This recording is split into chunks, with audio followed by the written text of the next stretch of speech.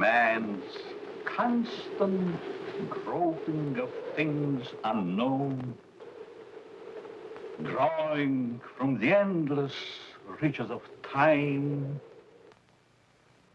brings to light many startling things.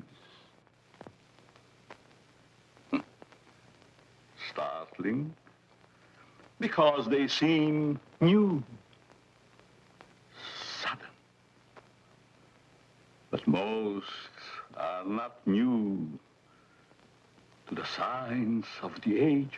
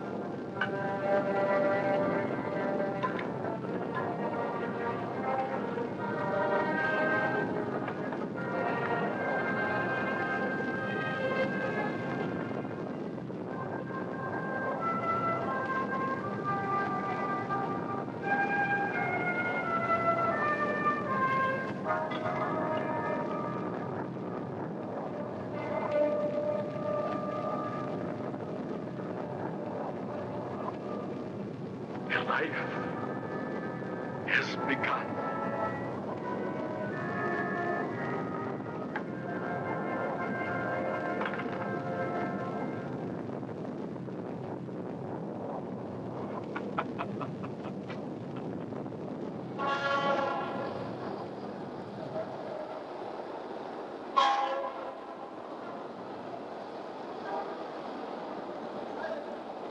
People. Going somewhere. All with their own thoughts, their own ideas, all with their own personalities. One is wrong because he does right. One is right because he does wrong. Pull the string. Dance to that which one is created for.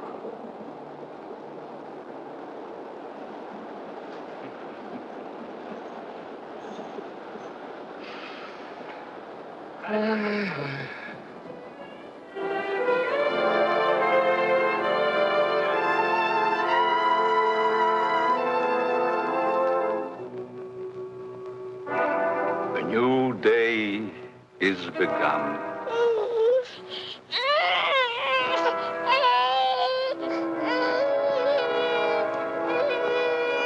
A new life is begun.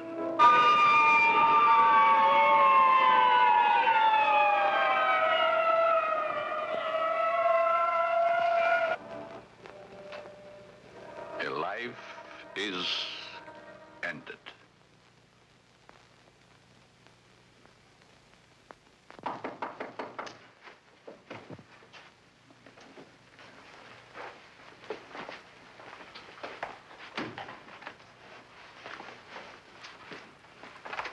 Let me see that note.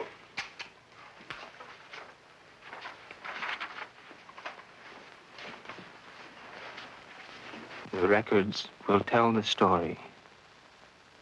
I was put in jail recently. Why? Because I, a man, was caught on the street wearing women's clothing. This was my 4th arrest for the same act. In life, I must continue wearing them. Therefore, it would only be a matter of time until my next arrest. This is the only way.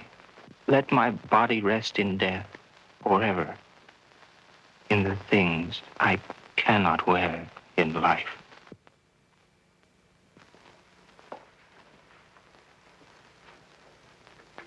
Inspector Warren is here to see you, Dr. Alton. Oh, yes. Show him in, Miss Stevens.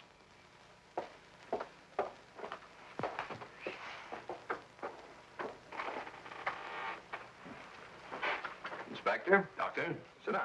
Thank you.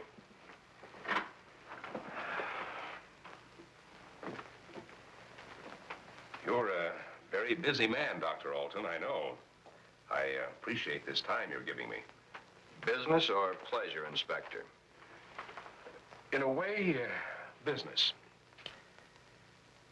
From policeman to inspector. 20 years of it. I guess I've seen everything there is for a policeman to see.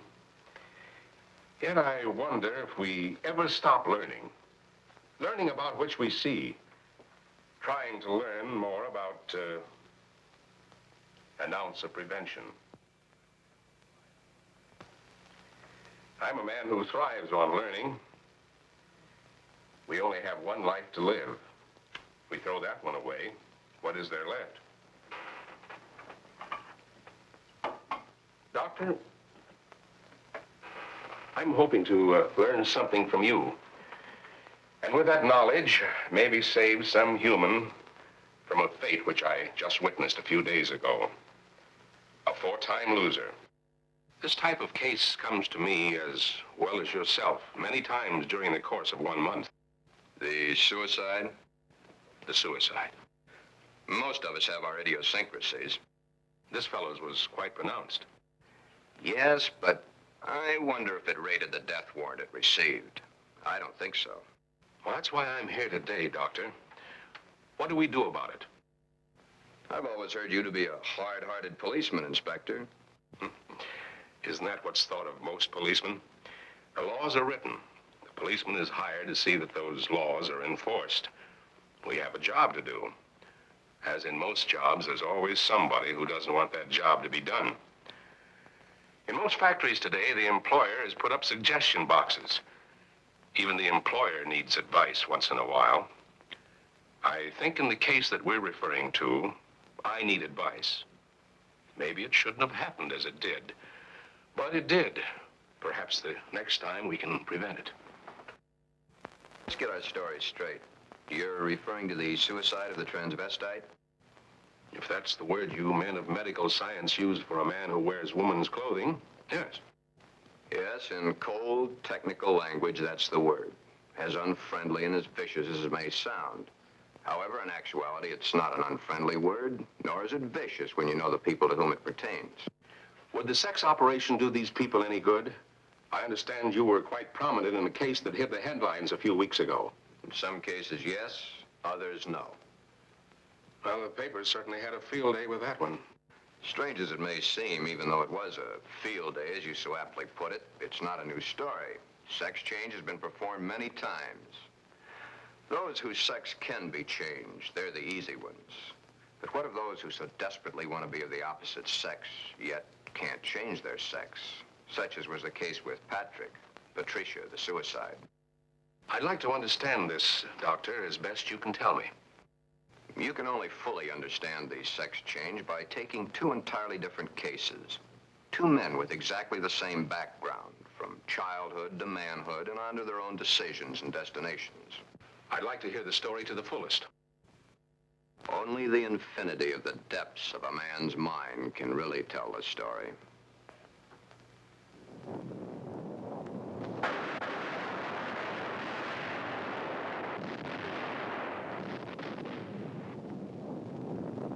Dr.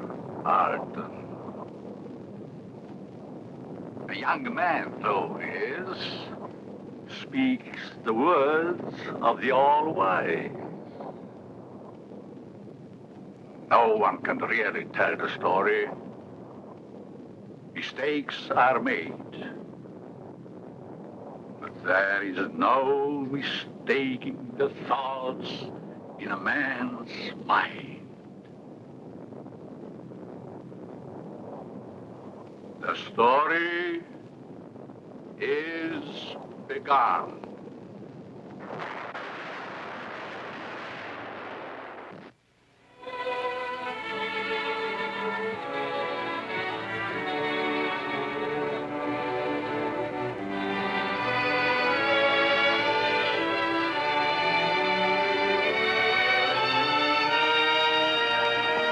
might say, there, but for the grace of God, go I. Why is the modern world shocked by this headline? Why? Once, not so very long ago, the people of the world were saying, airplanes. Why, it's against the Creator's will. If the Creator wanted us to fly, he'd have given us wings. but we fly. Maybe some of you may still remember an even sillier remark. Automobiles? Bah. They scare the hosses. If the Creator had meant for us to roll around the countryside, we'd have been born with wheels. Silly? Certainly.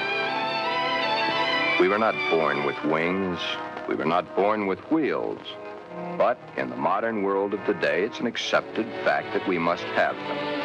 So we have corrected that which nature has not given us. Strangely enough, nature has given us all these things. We just had to learn how to put nature's elements together for our use, that's all.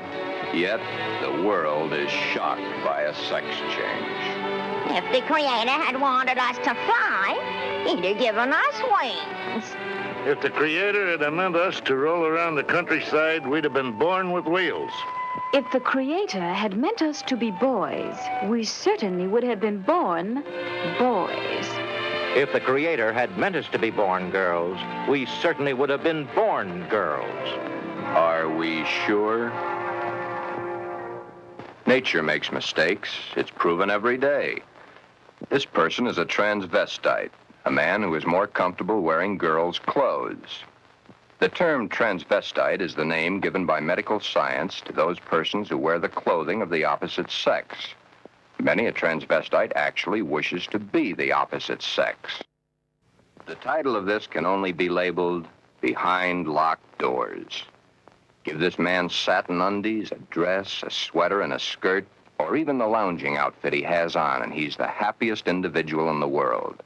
He can work better, think better, he can play better, and he can be more of a credit to his community and his government because he is happy.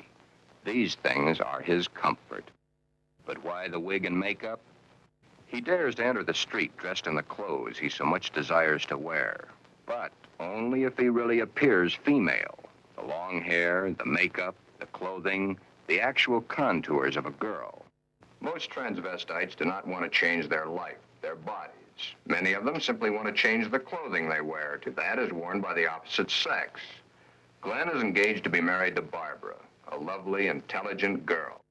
Those fingernails have got to go. You know, I didn't realize they're as long as they are.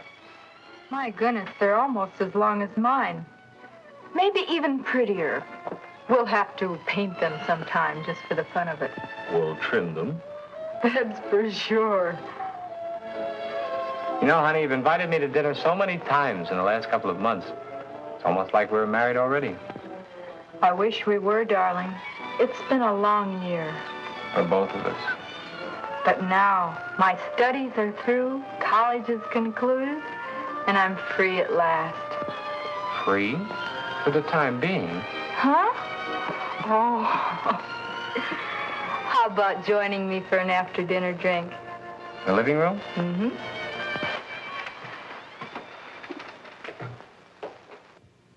Modern man is a hard-working human. Throughout the day, his mind and his muscles are busy at building the modern world and its business administration. His clothing is rough, coarse, starched, according to the specifications of his accepted job.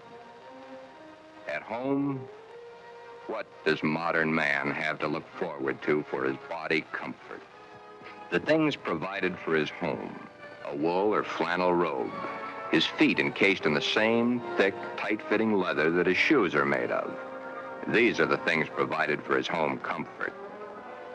It doesn't look so comfortable, does it? And get the hat. Better still, get the receding hairline. Men's hats are so tight they cut off the blood flow to the head, thus cutting off the growth of hair. 7 out of 10 men wear a hat, so the advertisements say. 7 out of 10 men are bald. But what about the ladies? Yes, Modern woman is a hard-working individual also, but when modern woman's day of work is done, that which is designed for her own comfort is comfort.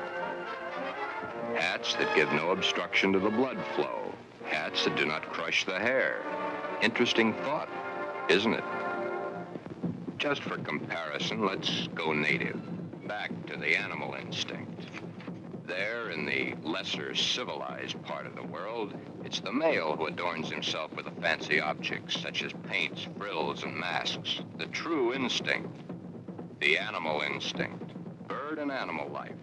Is it not so that it's the male who is the fancy one? Could it be that the male was meant to attract the attention of the female? What's so wrong about that? Where is the animal instinct in modern civilization? Female has the fluff and the finery, as specified by those who design and sell. Little Miss Female, you should feel quite proud of the situation.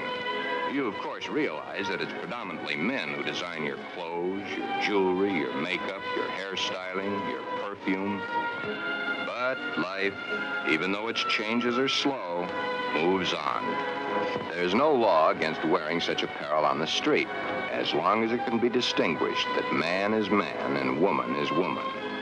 But what is it that would happen were this individual to appear this way on the street? You're doing it now, laughing. Yet, it's not a situation to be laughed at.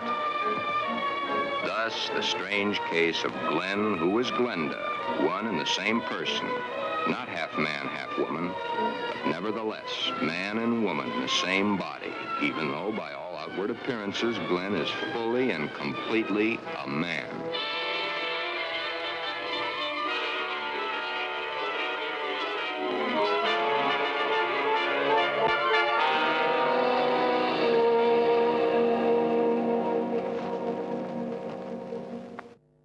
Sister, let me borrow her dress. You want to borrow your sister's dress? What for? I want to wear it to the Halloween party. There are names for boys who go around wearing girls' clothes. Oh, don't be silly, darling. You go ahead and wear your sister's dress, Glen. You always did look much better as a girl than you do as a man. Glen did wear the dress to the Halloween party. He even took first prize.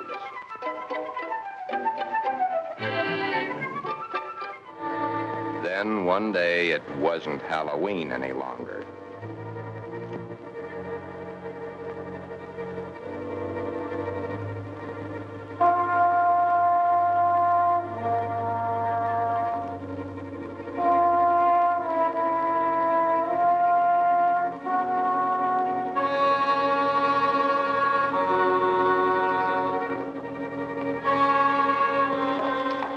I wish I had the sight into such things to be able to advise you, Sheila. Maybe if you took the problem to a doctor. It's Glen that needs the doctor. But when things like this go wrong with someone so close and in your own family, it's so hard to believe. It's not really hard to believe. It's just hard for you to accept. Well, of course it's hard for me to accept.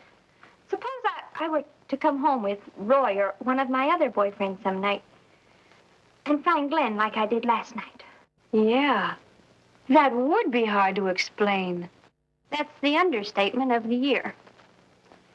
Just how does one go about introducing your friends to your brother when brother's wearing your best sweater and your skirt and makeup to boot?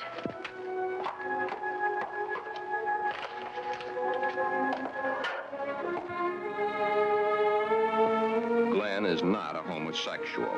Glen is a transvestite, but he is not a homosexual. Transvestism is the term given by medical science to those persons who desperately wish to wear the clothing of the opposite sex, yet whose sex life in all instances remains quite normal. Would you be surprised to know that this rough, tough individual was wearing pink satin undies under his rough exterior clothing? He is. Then there is your friend the milkman who knows how to find comfort at home.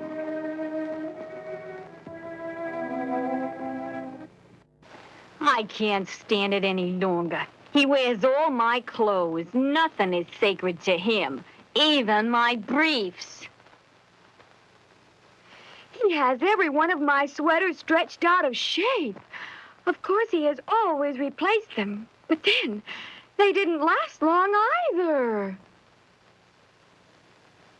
But, Your Honor, ruffles on his shirts and shorts. Really? Glen and all the hundreds of thousands of other Glens across the nation face quite a problem. Glen is engaged to be married to Barbara, a lovely, intelligent girl. The problem?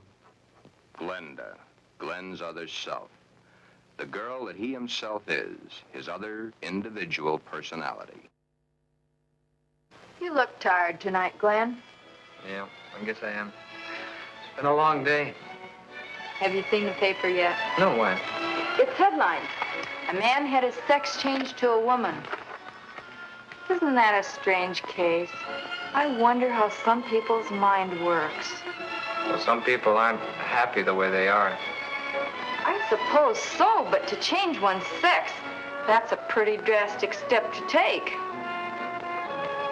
If it's the only way, I'm for it. I wonder what I would do in a case like that, if I were in the mental turmoil that person went through. Or if I suddenly realized that something was mentally wrong with you. Ooh, it's hard to visualize. Here we are, two perfectly normal people, got to be married and lead a normal life together. And there's this poor fellow who never could have been happy if it wasn't for modern medical science. Our fourth term in psychology explains a lot of the facts, but I'm afraid the end of study is only the beginning of reality. Glen's problem is a deep one, but he must tell her soon. She's begun to notice things. His nails, his eyes when he looks into a lady's store window. So many of the little things that are hard to hide. Soon she will realize. Then there was the time Barbara was wearing the sweater Glen had always wanted to feel on his own body. It was becoming an obsession to him. He must have it. What's the matter, Glen, darling? I guess I was daydreaming. Something seems to be troubling you. Why don't you tell me? It's nothing. Once, long ago, just after we started going steady together, we promised we'd never lie to each other. Are we going to start now, just because we're engaged to be married? It's just that... Oh, Barbara, it's nothing that a little sleep won't cure. It's been an awful long day. It's more than that. Come on, tell me, darling. Who knows? Maybe I can help. That's just it. You could. Then something is troubling you. Yes. Do I have a right to know? You have a right to know. But let's just say for the moment that I'm afraid to tell you. I'm afraid I'd lose you. Nothing could be as bad as all that. I love you, and you love me. And nothing in the world can change that. I hope not. I really hope not. Glen, is it another woman?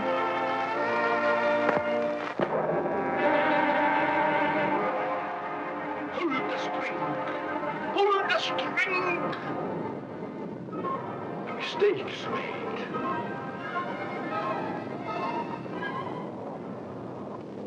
A story must be told. Always the same. He's not had the nerve to tell her. But he must soon come to some conclusion or forget the marriage. Should he tell Barbara of his Glenda now, before the wedding, or hit her between the eyes with it after, when it might be too late for either of them? The world is a strange place to live in. All those cars, all going someplace, all carrying humans which are carrying out their lives. The world is shocked by a person who changed his sex. Glenda is shocked also, but by another reason. Someone like her had the nerve to do something factual about their situation. There are so many problems for Glen and all the other Glens. Perhaps the fear of discovery of the underthings they wear beneath their regular outer clothing, or that which which they wear during their nightly visit to Morpheus, god of sleep. Thank you very much, and I'm sure she's going to enjoy it very much. If you want to return it, be sure that you bring the sales slip. Thank you.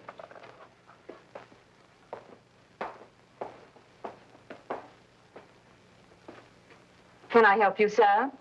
Yeah. Let me see a 90. Well, what size? 12. The color, the material? Black? I'm very sure. Just a minute. Well, we have this here. Would you like that? Something like this? Has lace? Yeah. Perhaps he admires the material too long. You can see how sheer the material really is. Yes. You see, it's all pure nylon and only $21.95. And of course, it will never snag.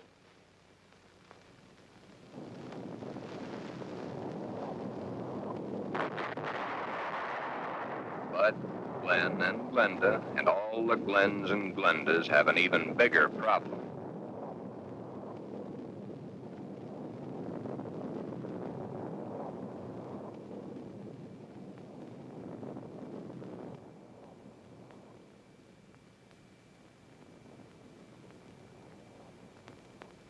The homosexual, it is true, at times does adopt the clothing or the makeup of a woman to lure members of his own sex. But this is not so for the transvestite. The transvestite is not interested in those of their own sex. The clothing is not worn to attract the attention of their own sex, but to eliminate themselves from being a member of that sex.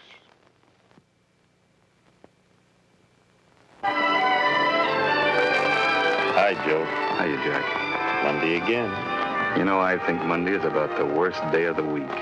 A perfectly wonderful weekend, then back to the sweatshops. Too bad he was born to work. Say, did you read about the guy that had his sex changed to a girl? Says he was perfectly normal, too. How can a guy be normal and go and do a thing like that to himself? All the same, it must take a lot of guts to pull a stunt like that. That's a problem I don't ever intend to face. Maybe it's a problem we should all face. I don't get you. Just think of the unhappy life. The miserable time this world of ours must have given that poor guy. I still don't get you. Now, here is a guy who wanted to be a girl. Supposing there had been no way to change his sex. You sound as if you're really head up on this thing. I guess I am.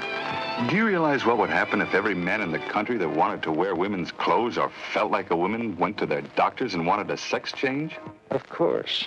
That's why I say perhaps society should be a little bit more lenient with it. Maybe society should try to understand them as human beings. Another day done. Thank goodness. See you tomorrow, Jack. Yeah. So long, Joe. Until tomorrow.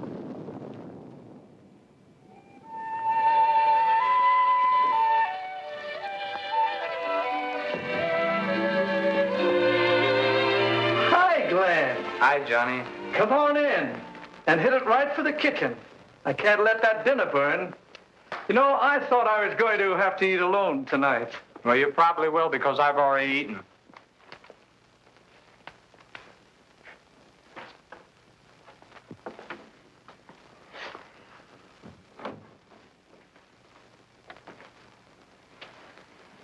What's up?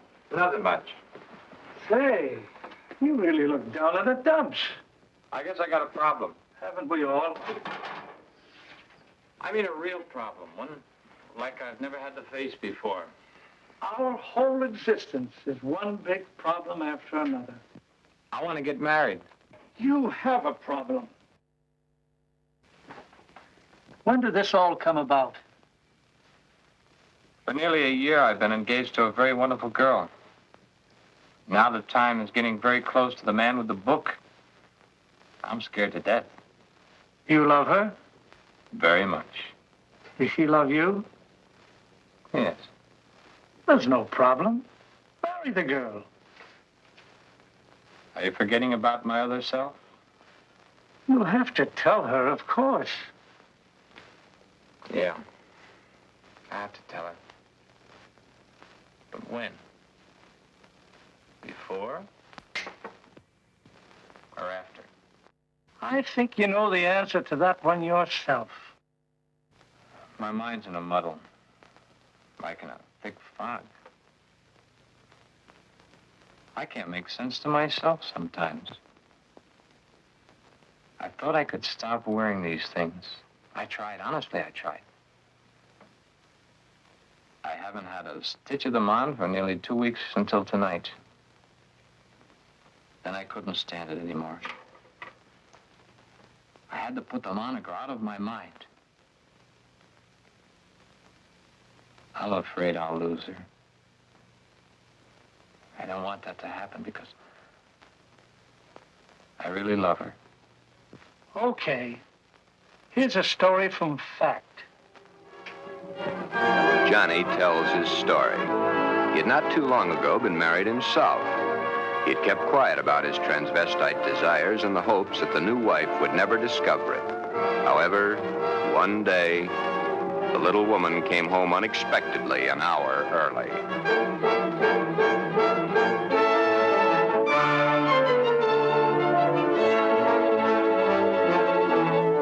That marriage ended here.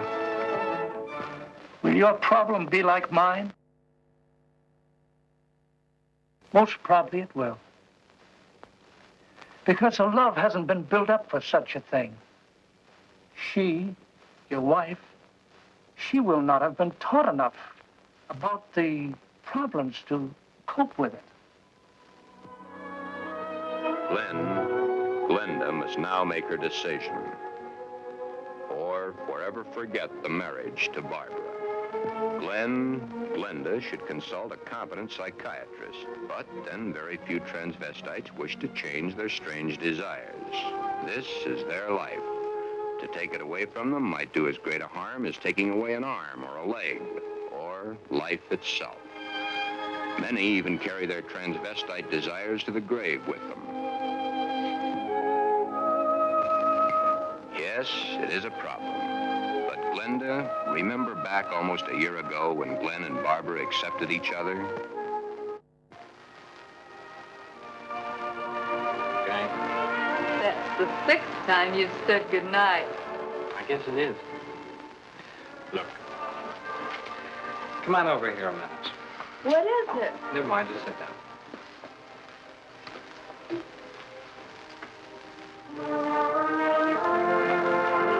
Oh, I was beginning to think you'd never get around to it. And you mean you will? What do you think?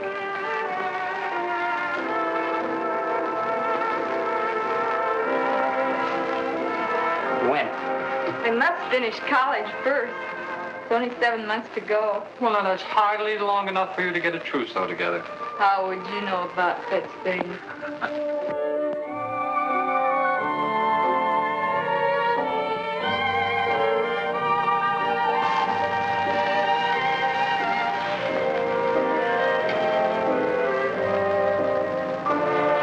Glen, what's the matter? Huh? All of a sudden, you seem 1,000 miles off. Yes, I guess I was, huh? That's a mighty pretty dress you're wearing tonight.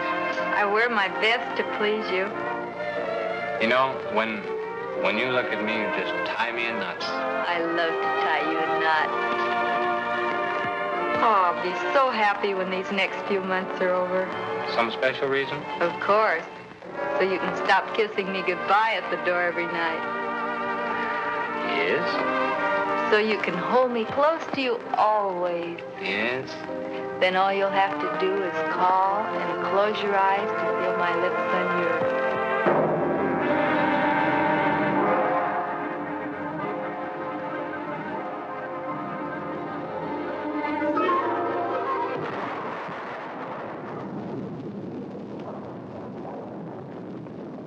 Beware. Beware. Beware of the big green dragon that sits on your doorstep. He eats little boys. Puppy ducktails and big fat snails. Beware. Take care. Beware.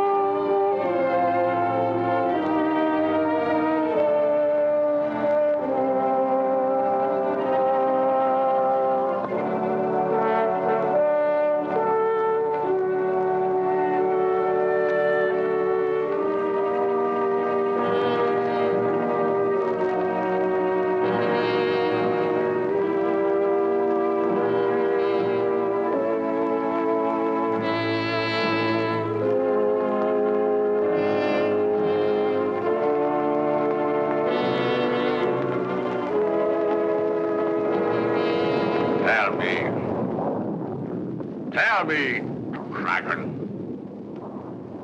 do you eat little boys, puppy ducktails, and big fat snails? Puppy dog's tail, puppy dog's tail, puppy dog's tail. Everything nice, everything nice. Ha, ha, ha, puppy dog's tail.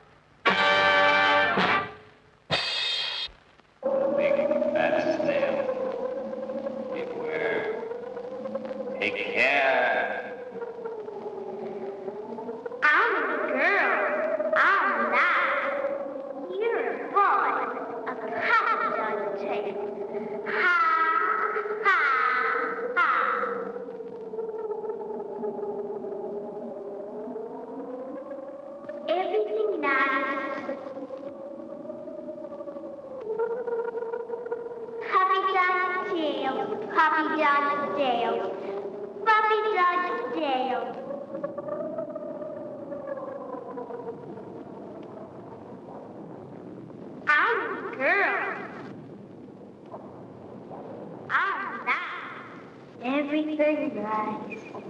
Everything right. Ha, ha, ha. Happy dog sale.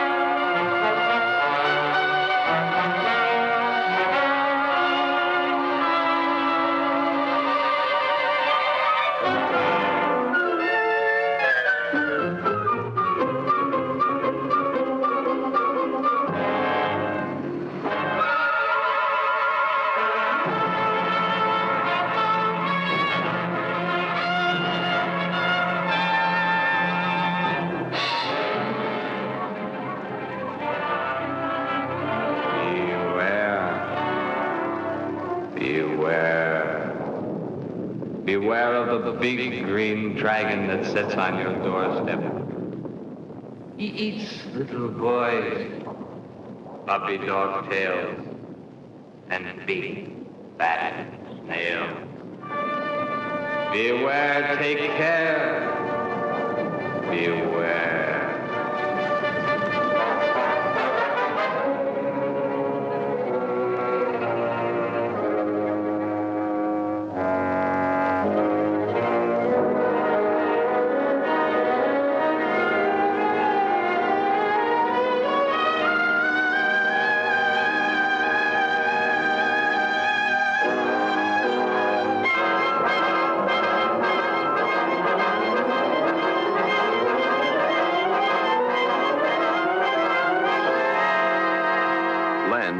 Glenda has made the decision. Glen has decided to tell Barbara of his dual personality. To tell her of the nighties and negligees, the sweaters and skirts, the robes and dresses, the stockings and the high-heeled shoes, the wig and the makeup. All that goes to make Glen into Glenda. He tells Barbara he cannot cheat her of the knowledge that she, as his fiancée, should possess. All the facts. He tells her softly, hurriedly at first, then slowly as he becomes more technical. His hands move to caress the smooth material of her Angora sweater, which he has so long and so desperately wanted to put on his own body. He tells of this to her, and she looks to the sweater and to his hand. Then, when it is all over and that much of the story he knows is told, Barbara is not sure of her own thoughts. That's about it, darling.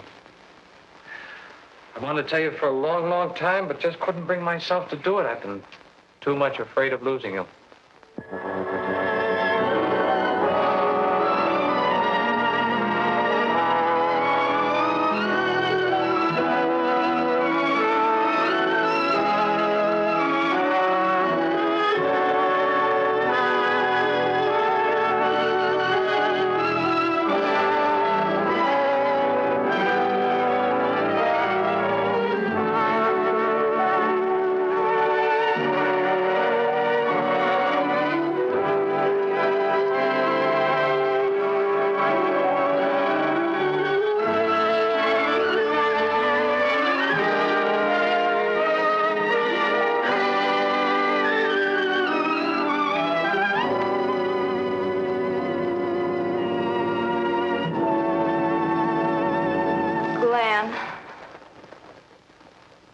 I don't fully understand this, but maybe together we can work it out.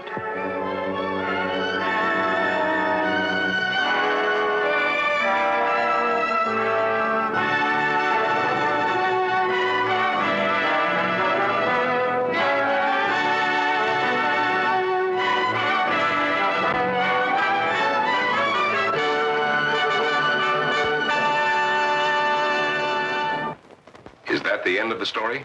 Not quite. I'll get back to it in a minute. Glen's case is really of the lesser advanced type cases. The second case is an extremely advanced one. However, I'll get to that in a moment. First, you must realize that the world over has its own particular problem. Each case must be handled individually according to the person, his past life, and his problem. Did this Glen have any homosexual tendencies? Absolutely not. It's very seldom that a true transvestite does. And he isn't a hermaphrodite? No more than he's a pseudo-hermaphrodite. Glen's case was entirely of his mind, brought on by the environment of his early youth. What about their children, Doctor? Would their children become the same way their father is? No. Transvestism is not hereditary. Well, what makes these men want to wear girls' clothes? Many things. But as I've said before, it usually starts in early childhood from one cause or another. Technically, each case has the same beginning, just a different set of circumstances. Are any of them actually cured? Oh, yes, many, many of them. Once the source of supply is found, it can be stopped, unless the patient refuses to cut off that source of supply. Then the way I get it, this Glen and the character he created, much as an author creates a character in a book, was invented as a love object to take the place of the love he never received in his early youth through lack of it from his parents. The character was created and dressed and lives the life the author designs for him to live. and dies only when the author wants him to die. Correct. Except that for the character Glenda to die, the elements must be right. But to enlighten you a little further, there's the second story, that of an extremely advanced case. Let's call this person Alan. Ann. Alan had a mother who wanted a little girl. The father didn't care much one way or the other. Alan did not enter the competitive sports that the other boys of the school did. However, he was an extremely studious boy and always had above-average marks in his subjects. Yet sports, girls' sports, he always was interested in. But he was rejected by the girls and also rejected by the boys. It seems he belonged to neither of them. After school, Alan would go home to find the mother who had always wanted a girl and the father who didn't care one way or the other. He enjoyed doing the woman's work around the house. Alan was becoming a woman and didn't realize it. A woman in mind only, but the mind rules. Then came the fateful year of 1941. Alan was drafted. He was accepted. In the Army, he successfully passed his vigorous training. He did not like it, but then there were the weekends for his particular diversions. On his weekend passes, he would go to the nearest town where he had a suitcase checked in a public locker. In the suitcase, he had the things he loved to wear, that which made his body appear to be what his mind believed it was. Then the day of embarkation came. But wherever Alan went, the suitcase was sure to go.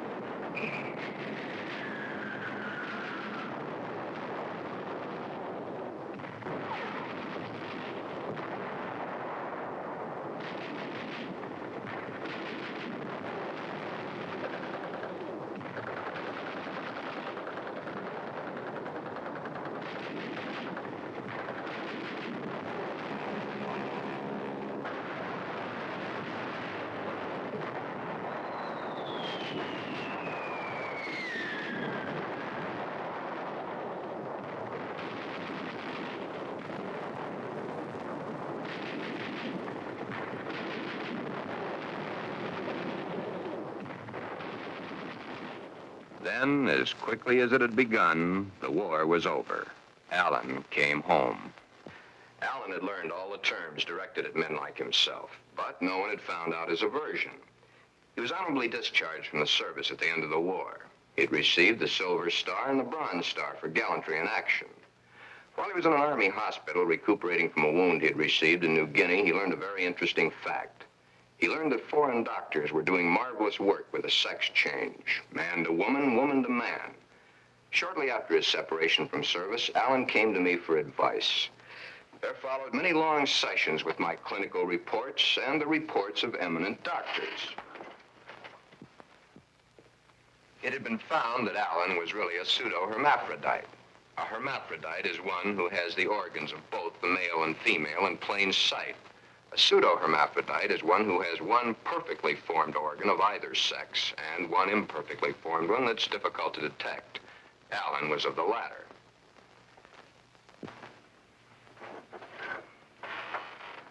Alan was then given his choice. That which nature had given him was a mistake.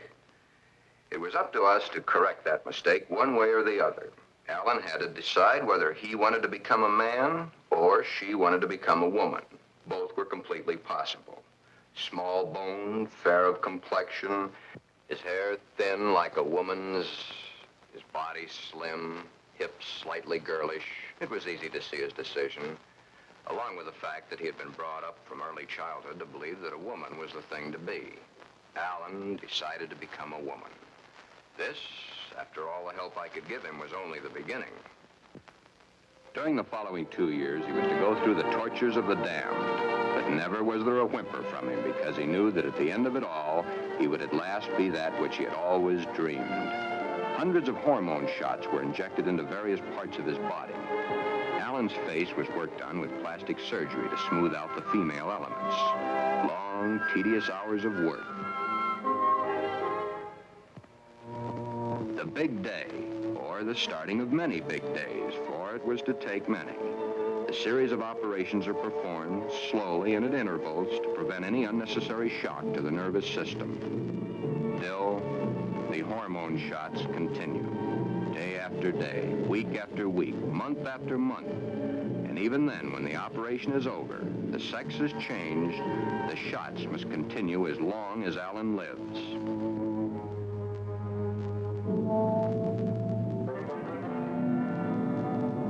First, the breasts are brought out. The body of the woman within begins to appear now.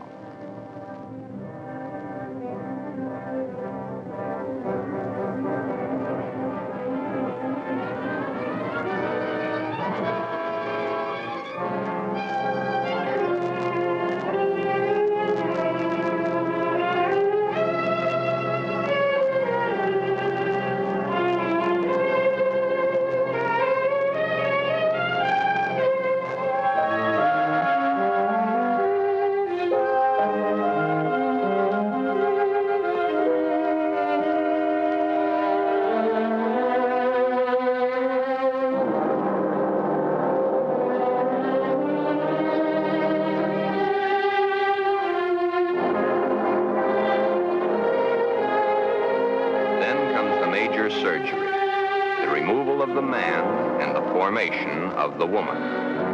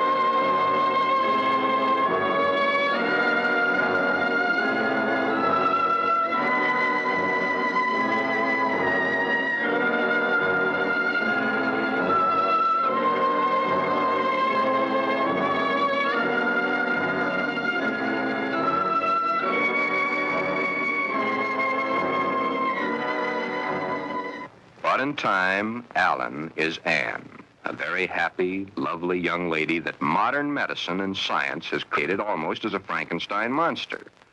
The newspapers heard of it and hit the story with their usual fullness.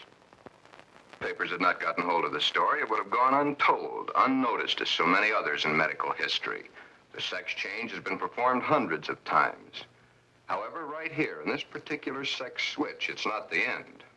Acting the woman and being the woman are two entirely different things. Alan had all his life acted the part of the woman. Now he is that woman and must learn how it's done. Anne must learn how to do her own hair, how to make the correct styling for her facial contours.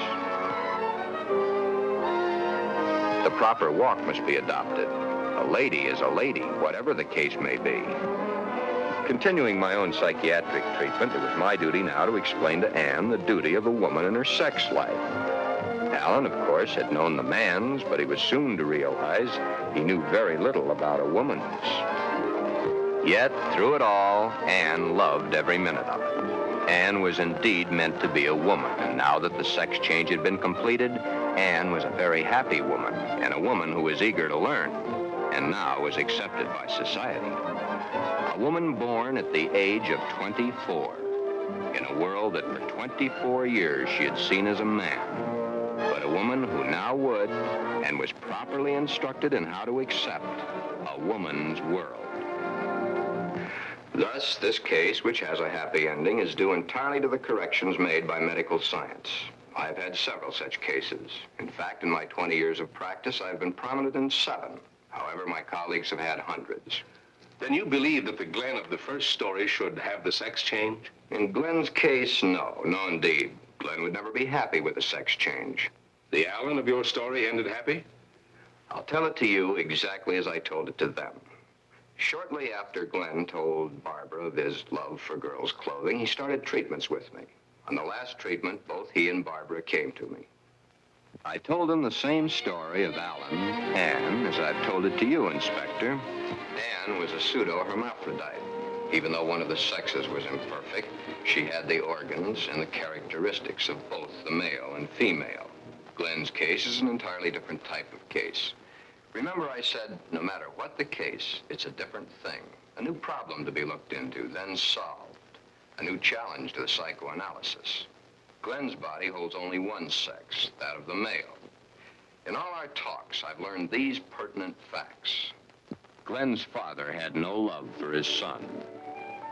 His father wanted Glen to be a football hero or a baseball player so that he could brag to his cronies down at the corner saloon as his cronies bragged to him about their own sons. Thus, the ruse of Glen's fictitious character. He invented it when he could find no love from his mother and no love from his father. His mother had hated her own father. Glen reminded her of her father. Therefore, she gave all her affection, love, and attention to her daughter. Glen then decided also to become a daughter. Glen, you can kill this fictitious character of yours anytime you wish. For your happy ending, it's the only way. Then you think I can kill this second character by transferring her qualities to Barbara? Exactly. But as the author and his character, the elements must be right. It's up to you, Barbara. You must take the place, give the love, and accept the facts that Glenda has always accepted. If you love each other as you now believe you do, well, it'll be a hard job, but you'll enjoy doing the job. Should I let him continue to wear girls' clothing? Or should I put my foot down? If you put your foot down, you'd only go behind closed doors. Love is the only answer. Glenda must be transferred to you. Supposing Glen never gets over wearing girls' clothing. Would it matter to you very much? I love Glen. I'll do everything I can to make him happy.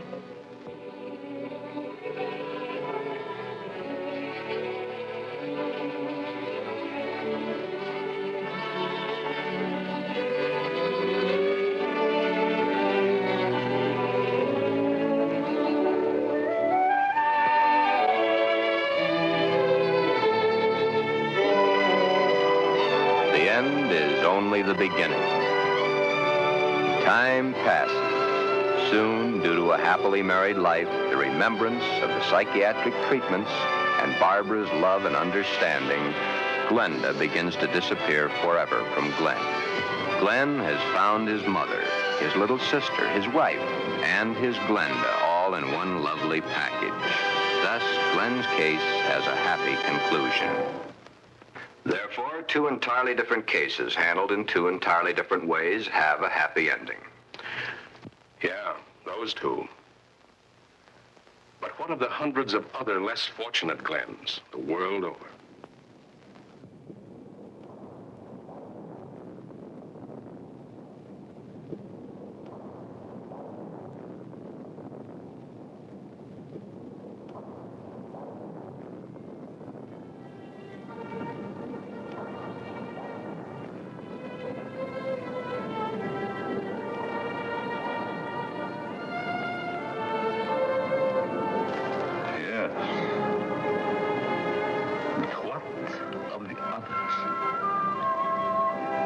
Less fortunate Glens the world over.